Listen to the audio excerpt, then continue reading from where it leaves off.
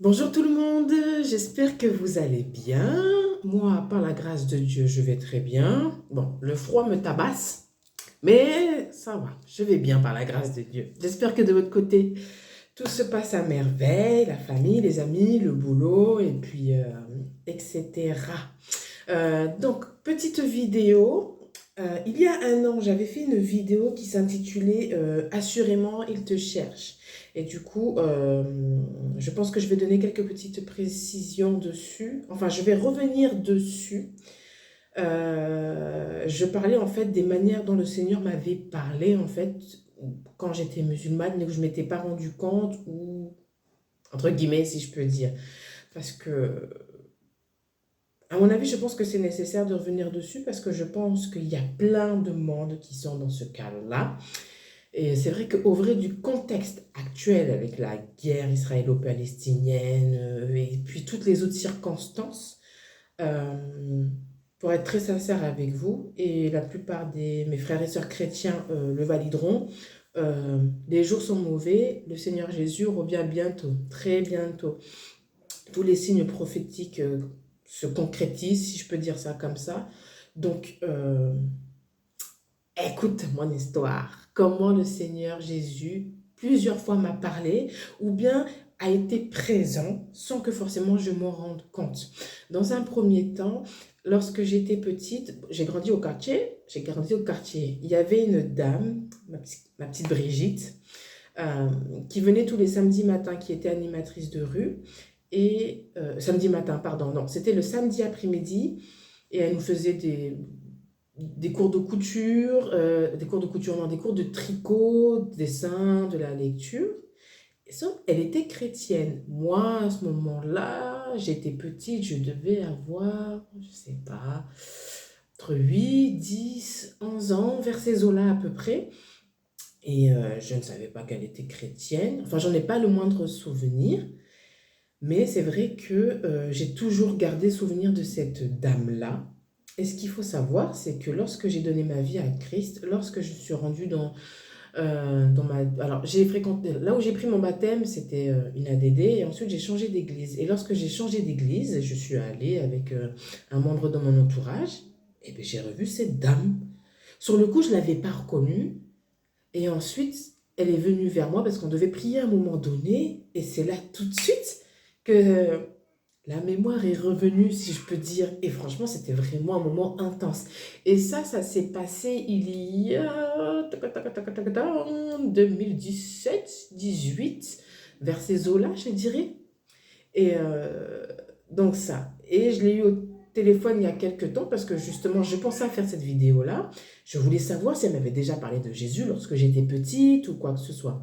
Elle me dit qu'elle ne se souvient plus trop, mais ce qui est sûr, c'est qu'elle a forcément parlé d'une manière ou d'une autre. Donc déjà, ça, j'étais petite, j'avais à peine 11 10 ans, 8, etc. Aujourd'hui, j'en ai 29. Bon, en 2016-17, j'étais un peu plus jeune. Voilà, ça déjà d'une part, le Seigneur était là. Ensuite, il y a eu quoi d'autre? Il y a eu quoi d'autre? Bon, le soir, quand je parlais à Dieu, quand je regardais les étoiles, je ne disais pas Jésus, je ne disais pas Allah ou quoi que ce soit. Il m'entendait et il m'écoutait à chaque fois. Ça, j'en suis sûre et certaine. Parce que à chaque fois que j'avais terminé, je me sentais bien, je me sentais zen, malgré mes questions, mes incompréhensions. Il y a déjà eu ça. Ensuite, euh, bon, ça, je l'ai compris plus tard, mais après avoir fini le collège, je sais plus, on devait passer par une espèce de portail pour faire des vœux. Non, c'était papier, pardon. Pour faire des vœux, vous savez, pour choisir le lycée où on veut aller, tout ça, tout ça. Et moi, je me souviens, je voulais faire le BEP carrière sanitaire et sociale. Ma sœur jumelle aussi avait postulé pour. Et j'avais de bonnes notes. Alors, j'étais pas la plus intelligente de la classe, mais j'avais de bonnes notes ou quoi que ce soit. Au niveau du comportement, ça allait aussi, tu vois. Ma sœur jumelle, c'était autre chose, si je peux dire. Et voilà les résultats. Je suis pas prise et elle, elle est prise. Bon, je regrette au Seigneur parce qu'elle a été prise, je suis contente pour elle. Mais moi, j'ai chialé le corps, tous les larmes de mon corps. Je n'ai pas été prise. Et même ma mère était étonnée. Elle ne comprenait pas pourquoi je n'avais pas été prise. Alors vous imaginez, tout l'été, je n'avais pas de lycée. Je pleurais, je parlais au ciel le soir et tout. Je demandais et tout. Mais pourquoi j'ai pas été prise? Comment je vais faire? J'ai pas de lycée. Une semaine avant la fin des grandes vacances, j'ai un lycée qui m'appelle. Ça faisait partie de mes vœux.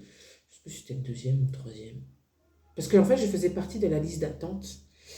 Et je ne sais plus si j'étais dans les 20e ou quoi que ce soit, je ne sais plus. Mais le lycée m'appelle et me disent que c'est bon, je suis prise. Soulagement. C'était pour le bac pro-vente. Prospection, négociation, suivi clientèle. Donc j'ai été prise et tout. Et c'est vrai que pendant des années, je me suis posé la question, mais pourquoi je n'ai pas été prise avec la dent? Pourquoi j'ai pas été prise? Pourquoi j'ai fait ce bac-vente? Et c'est quand j'ai rencontré Jésus, c'est là que j'ai compris pourquoi.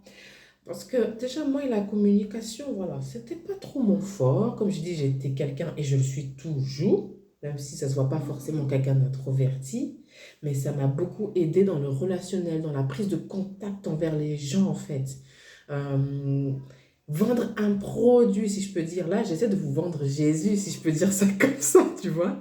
Mais c'est que maintenant que j'ai compris pourquoi, en fait, le Seigneur, en fait, c'est lui qui m'a placé là-bas. Voilà. Mais à l'époque, je ne savais pas tout ça, moi. Donc, il y a déjà cet exemple-là.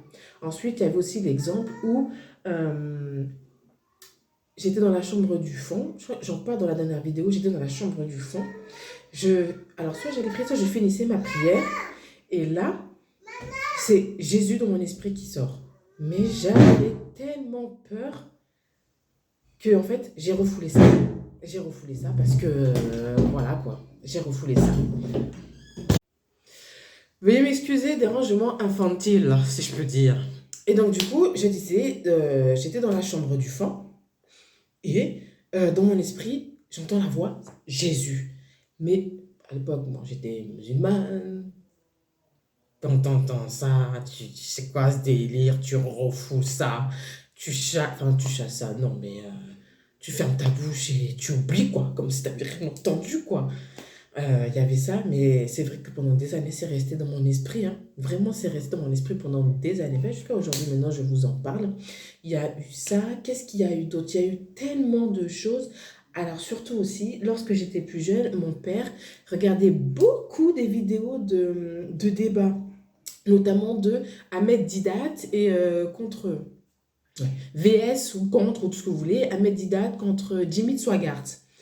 Et il regardait tout le temps ça. Tout le temps, tout le temps, tout le temps. Et c'est vrai que bon, c'était des débats qui étaient assez longs. Et puis j'étais jeune. Donc moi, ça m'intéressait pas vraiment, tu vois. Et c'est vrai que quand j'ai repensé à tout ça, je me suis dit, mais purée, ça se trouve, si j'avais regardé ça, ce serait passé des choses, hein. Je sais pas. Il y a eu cette fois-là. Il y a aussi cette fois-ci, la fois où je me suis retrouvée, enfin je me suis retrouvée. Je suis partie au pays, dans une ville, et on était parti visiter, parce que ma mère avait l'intention de construire une maison, et on était parti chez l'un des voisins, et c'est vrai que ben, on était en train de manger, et je vois quoi à la télé? Jésus. Et en plus, j'ai bien regardé la fin. J'ai regardé, c'est la partie où Jésus, en fait, a quitté le linceul, en fait. En fait, il avait été crucifié, il avait été mis dans le tombeau, oui, dans le tombeau, si je peux dire ça comme ça. Et en fait, au bout de 3 jours, en fait, il avait disparu, en fait. Il avait quitté son linceul et tout, et qu'ensuite, il était réapparu. Et moi, j'ai regardé toutes les parties, toutes les parties. Franchement, c'était intéressant. Je m'en souviens, en plus, je mangeais un tieb. C'était génial. Donc, il y a cette partie-là, il y a eu enfin, tellement de signes, et franchement, je me dis que si moi, le nombre de fois où le Seigneur a essayé de m'interpeller, mais que je n'ai pas répondu, à mon avis, toi qui me regardes, qui n'est pas encore en Christ, il y a forcément une manière où le Seigneur cherche à t'appeler. Il y en a vraiment une, ça j'en suis sûre et certaine. Il faut juste poser et réfléchir. Ou bien demander à Dieu, si tu préfères. Voilà. Euh, Comme je disais tout à l'heure, les temps sont mauvais. Euh, Jésus revient bientôt. C'est pas des blagues, hein, pour ceux qui... voilà. Donc, maintenant, pour les musulmans, je sais très bien que si tu poses la question à un musulman, après ta mort, où est-ce que tu vas aller? Il n'aura pas de réponse. Pour les chrétiens qui ont choisi Jésus-Christ, ils savent très bien que la mort, ce sera juste la mort physique en fait. Que en fait, ils rejoindront le Seigneur en fait. Ils auront la vie éternelle. Donc, pour les autres religions, je ne sais pas comment ça fonctionne. Faut pas me demander. Maintenant, nul ne vient au Père que par le Fils. Dieu a tant aimé le monde qu'il a donné son Fils unique afin que quiconque ne périsse point, mais ait la vie éternelle. Donc maintenant, c'est à toi de voir. En tout cas, j'ai entendu parler de Jésus à travers cette vidéo. Donc maintenant, c'est toi qui vois maintenant. Pour toi qui fais le choix de suivre le Seigneur Jésus, qui a eu des doutes, posé des questions, qui a eu des signes et que maintenant tu veux te lancer mais tu ne sais pas comment faire, simplement dans ton cœur, tu fais cette prière. Seigneur, je pense avoir reçu un signe, je pense t'avoir vu, t'avoir entendu.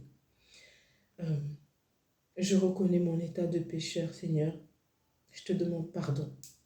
Maintenant, je veux suivre le chemin, la vérité et la vie. Je souhaite te recevoir en tant que Sauveur et Seigneur et te suivre tous les jours de restant de ma vie sur cette terre, Seigneur.